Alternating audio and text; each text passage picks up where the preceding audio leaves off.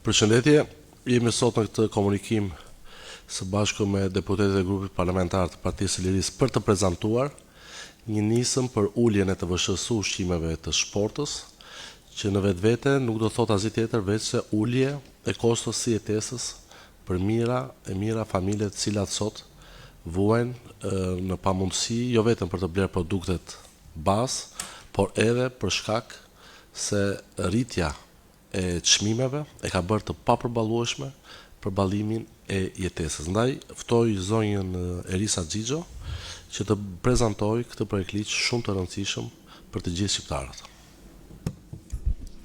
Faleminderit Tedi, nderuar qytetar.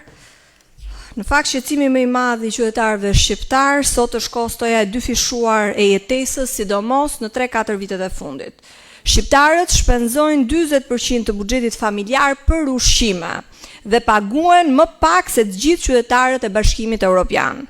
Çmimet në Shqipëri janë 50% më të larta se në Europë në vitin 2024, sipas Eurostat. Nga ana tjetër, Shqipëria ka fuqi mbledhëse më të ulët në Europë, duke tejkaluar edhe Moldavin dhe Ukrainën, pavarësisht se të dy këto vende e kanë pagën minimale më të ulët se vendi ynë. Shqipëria aplikon sot një TVSH prej 20% për ushqimet e shportës, më e larta në rajon dhe ndër më të lartat në Europë. Ndërkohë, Kosova prej kohësh aplikon TVSH-n të reduktuar në 8%, Maqedonia e Veriut në 5%, Malizi 7%, Italia 4%, Greqia 6%. Ndërkohë, përpara se të filloj të sqaroj iniciativën e grupit ton, ju ftoj të dëgjoni çfarë premtonte kryeministri Edi Rama në 2013 për TVSH-n e ushqimeve të shportës.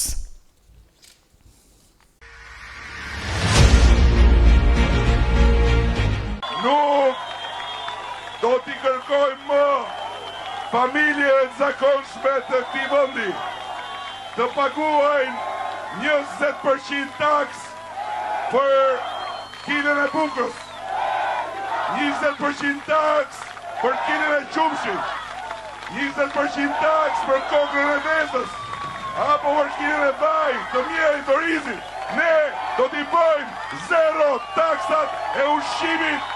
Siç e dëgjuat vetë, në vitin 2013, kryeministri Rama premtoi 0 TVSH për produktet e shportës, pra për bukën, qumshin, djathin, vezën, vajin, mielin, orizin, të cilat i kemi shkruar edhe në tabel për të qenë qartë, pra është pikërisht për këto artikuj ushqimor bazik për qytetarët shqiptar. Por premtimi rezultoi një mashtrim në listën e gjatë të mashtrimeve elektorale që mbeten të tilla për 12 vite me radhë. Asnjë mas nuk është marrë nga kjo qeveri për uljen e çmimeve për të lehtësuar familjet, por vetëm propagandë.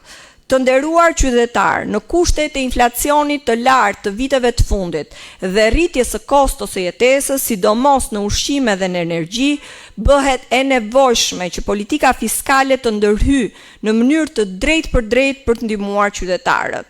Prandaj, Partia e Lirisë, duke ndjerë përgjegjësinë për t'i ardhur në ndihmë qytetarëve, ka depozituar në parlament projekt ligjin për një shtesë në ligjin numër 92/2014 për tatimin e vlerës së shtuar në Republikën e Shqipërisë të ndryshuar. Me këtë propozim kërkojmë një shtesë në këtë ligj, i cili është shkalla e reduktuar e tatimit mbi vlerën e shtuar prej 5% të aplikohet mbi mallrat ushqimor të shportës bazë. Pra ky është propozimi konkret që ne kërkojmë të amendohet ligji përkatës. Ne kemi bindjen se ulja e TVSH-s së çmimit të shportës në 5% nga 20% që është sot, nuk është vetëm një mas ekonomike, por një mas sociale. Dhe po flasim, edhe njëherë dua ta theksoj, për çmimin e bukës, për çmimin e vezës, djathit, orizin, qumshin, mishin, vajin, perimet, frutat, pra për produktet e domosdoshme në tryezën e çdo familje shqiptare. Nuk po flasim për jetë luksi, por për mbijetesë të familjeve. Të dashur qytetar, paga minimale në Shqipëri sot është jo vetëm më e ulta në Europë, por është dhe më e vogël edhe në raport me vendet e tjera të Ballkanit Perëndimor. Paga minimale në Shqipëri mbetet 40.000 lek ose 400.000 lek të vjetra, ndërkohë që Mali i Zi e ka 670 euro, Serbia e ka 618 euro, Maqedonia e Veriut 584 euro, ndërsa Bosnjë-Hercegovina 660 euro. Ndryshe nga Shqipëria, vendet e rajonit i kanë rritur pagat minimale edhe pas vitit 2023. Në Serbi, paga minimale është rritur me 34%, në Malin e Zi 25%, në Maqedoninë e Veriut 20%, ndërkohë në Shqipëri 0 rritje për qytetarët shqiptar. Qeveria nuk ka mbështetur as pensionistët, të cilët me pensionin mesatar 170 euro nuk mbyllin dot muajin. Fuqia blerëse për një pensionist shqiptar është më e ulta në Europë. 90% e pensionit të tyre shkon për ushqime, duke u bërë të pamundur të mbulojnë shpenzime të tjera siç janë ilaçet, faturat e energjisë, ujë të pishëm dhe shërbime të tjera.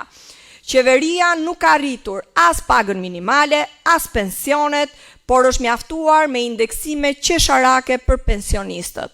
Si pasojë, barra e rritjes së çmimeve ka rënduar më shumë mbi ta dhe mbi familjet me të ardhura të ulta, dhe kjo ka sjellë të kurrjen e konsumit dhe përkeqësimin e cilësisë së jetës.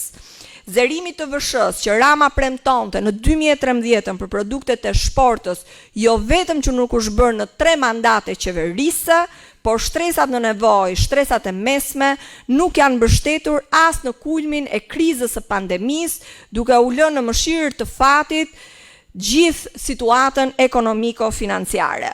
Ndërsa shqiptarët mezi ushqehen, qeveria pasurohet me parat nëpërmjet TVSH-s, pra nëpërmjet rritjes së çmimit dhe TVSH-s, qeveria ka arkëtuar më shumë, duke shtuar të ardhurat në buxhet. Sipas të dhënave të Ministrisë së Financave, prej janarit deri në fund të gushtit 2025 janë arkëtuar plot 499 miliard lek. Pra, qeveria pasurohet, ndërkohë që qytetarët varfërohen çdo ditë. Pra, shqiptarëve që paguajnë më pak se gjithë qytetarët në Europë, qeveria u ngarkon barrën e TVSH-s për ushqime shumë më të larta se ato të Bashkimit Evropian. Ndaj, projekt ligji që ne kemi propozuar do të bëjë të mundur uljen e çmimeve për konsumatorin fundor, rritjen e aksesit në ushqime cilësore, mbështetjen e prodhimeve dhe tregtarëve vendas në formalizimin e ekonomisë, uljen e kostos jetesës dhe veçanërisht për familjet e reja, rritje të sigurisë ushqimore me produkte të sigurta të vendit, harmonizim me praktikat fiskale të vendeve të Bashkimit Evropian dhe rajonit. Me këtë projekt ligj, ne japim sot mundësinë kryeministrit dhe kësaj qeverie për të mbajtur një pjesë premtimit që u bëri shqiptarëve 12 vite më parë. Kemi bindjen që ky ligj do të ndikojë direkt në lehtësimin ekonomik të familjeve shqiptare. Kjo mas është marrë edhe nga Italia së fundmi dhe shumë vende të tjera dhe ka ndikuar shumë pozitivisht në ekonomitë familjare të qytetarëve. Ndaj ftoj Kuvendin e Shqipërisë, deputetët e Kuvendit të Shqipërisë të mbështesin unanimisht këtë iniciativë që vjen në shërbim të uljes së kostos së jetesës për qytetarët tanë. Faleminderit. Fjalën ja jap kolegut Haxhinasto. Faleminderit. Përshëndetje. Iniciativa që sapo dëgjuat është një premtim zgjedhor dhe një pjesë e rëndësishme e programit zgjedhor të Partisë së Lirisë. Qëllimi i kësaj iniciative, por edhe disa të tjerave që do të pasojnë, është që të ul koston e jetesës për qytetarët shqiptarë që, siç u tha, aktualisht kanë të ardhurat më të ulta në rajon dhe kostot më të larta të jetesës. Sigurisht që dikush mund ta kontestojë këtë nismë duke thënë se po shiko se duhet mbushim edhe buxhetin e shtetit. Po qeverisit nuk janë për të mbushur buxhetin e shtetit, qeverisit janë për të shërbyer qytetarëve në mënyrë dinjitoze. Prandaj, jo vetëm me këtë iniciativë, por edhe të tjera që ne tashmë i kemi të identifikuara, do të vazhdojmë propozimet tona do të fokusohemi pikërisht për atë kostë jetesës dhe kostë jetesës e familjeve të reja. Kemi edhe një sër objektivash për sa i takon kostove për familjet e reja që kanë fëmijë, që ju i keni dëgjuar dhe gjatë artikulimeve tona të mëparshme për sa i takon propozimeve konkrete.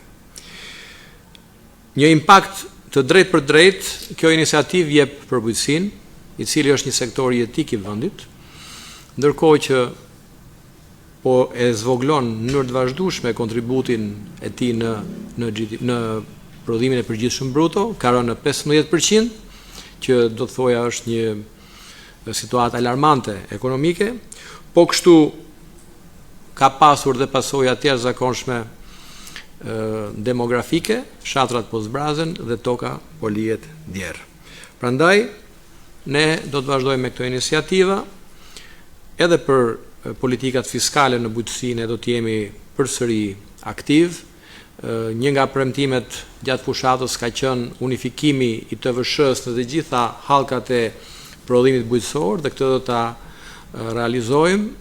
Sigurisht që diskutime do të ketë edhe gjatë buxhetit që besoj do të vi në kuvend për të miratuar nga ana e qeverisë, dhe aty patjetër këto qëllime dhe objektivat tona ne do t'i bëjmë të qarta dhe propozimet konkrete respektive për këto iniciativa. Prandaj dua të theksoj edhe një herë që kjo iniciativë është një iniciativë plotësisht e realizueshme, mjafton që të ketë pak dhëmshuri për qytetarët, për çiftet e reja, për familjet e reja, por sigurisht duhet duke pasur edhe një logjik ekonomike, pasi impaktet e rritjes së prodhimit vendas, e promovimit prodhimit vendas, e garantimit të sigurisë ushqimore, impaktet e tij, efektet e tij janë të jashtëzakonshme, si në drejtim të kostit të jetesës, ashtu edhe në shëndetin publik të qytetarëve. Prandaj, iniciativa të tilla ne do t'i vazhdojmë edhe në të ardhmen. Faleminderit.